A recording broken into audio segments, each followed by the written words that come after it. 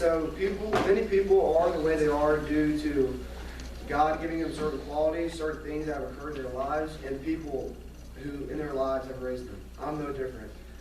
A big reason why I do the things I do and see the things the way I do is lessons that have been taught to me by my granddad. There have been many others in my life who played their roles perfectly in making me the man I am today, but today I'm specifically talking about my granddad. On November 18th, 1937, a man named Melvin Keith Settles was born in a farmhouse in a small town of Springfield, Kentucky. He had a mom named Maddie Bell Settles and a dad named Oliver Settles. He also has three brothers named Donald, Bobby, and Danny. He attended Macville High School with a girl he knew his whole life named Martha Inell Lawson. He played basketball for 2 years, but had to stop because his junior and senior year he had to go to work. And he wanted to keep playing, but he had no option. He had to go work. At the age of 18, he enlisted in the National Guard because back then there was still a draft, and he didn't want the government telling him which branch he had to join or what he had to do. After graduating high school, he married his high school sweetheart, Martha Inell Lawson, who then turned Martha Inell Settles, and she was my grandmother. They were married at the age of 19, and by the age of 21, had given birth to my dad, and the age of 25, had given birth to my uncle. He stayed loyal to her. He stayed loyal to my grandmother all the way up to her death 1 year ago. They were together 62 years.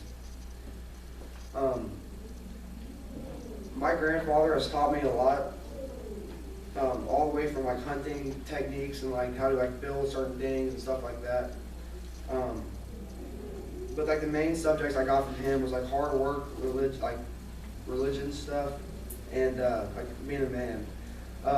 My dad also taught me these stuff too, but he was a big disciplinary guy. So for him it felt almost I was pretending.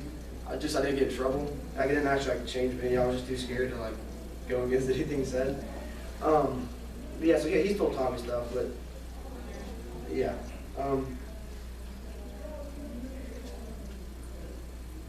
So my granddad wasn't like that towards me at all, which was good because it actually I actually listened to it and change instead of just I'm pretending to be something so I didn't get in trouble.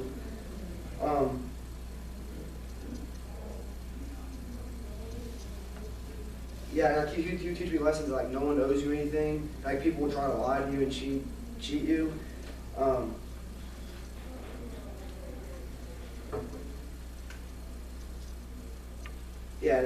He says that's on them because we all have to answer for our own sins and stuff. And he used that mentality when expressing to me what is right and what is wrong. He said if you're going to do something that contradicts what you believe, you better have a dang good reason to do it. For example, we believe lying is wrong and is a sin.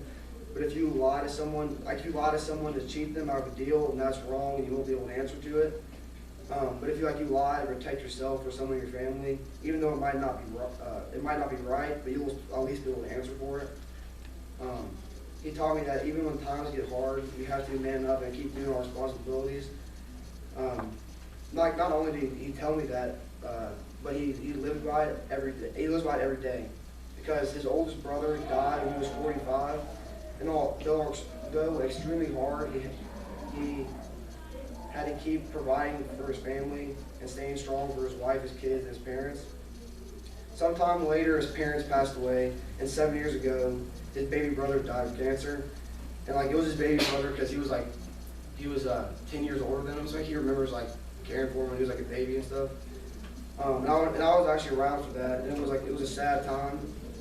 Because, I said, it was his baby brother and stuff.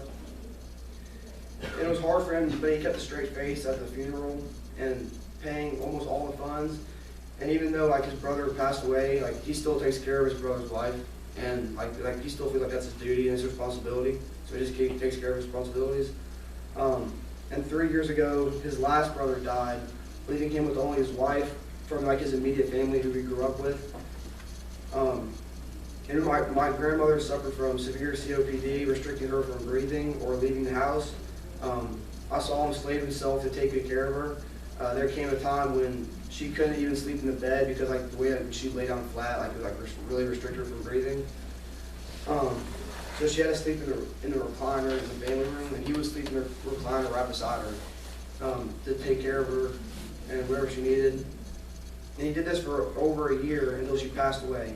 And at her funeral, I knew he was in a lot of pain because he'd been with her for 62 years. And it was like the last person in his family who he had grown up with. Like he said it then, he still says it today. Like it's kind of like a lonely feeling. I feel like he's like the last one of us. And but even at her funeral, we put on like a strong face and like took care of responsibilities. He went there and he spoke, obviously, and like he didn't get choked up or cry. Like, he just did what he had to do, like his responsibilities. And like now, even like he still kind of struggles with stuff like from death and other things that happen in his life. He still fulfills his responsibilities as a father to his 2 sons and a grandfather to his 6 grandchildren. So my granddad taught me lessons that truly changed me. Like I had this how I wanted to be, not like pretending. And like he's one of the greatest people I know, and I thank him for teaching those lessons. Thank you.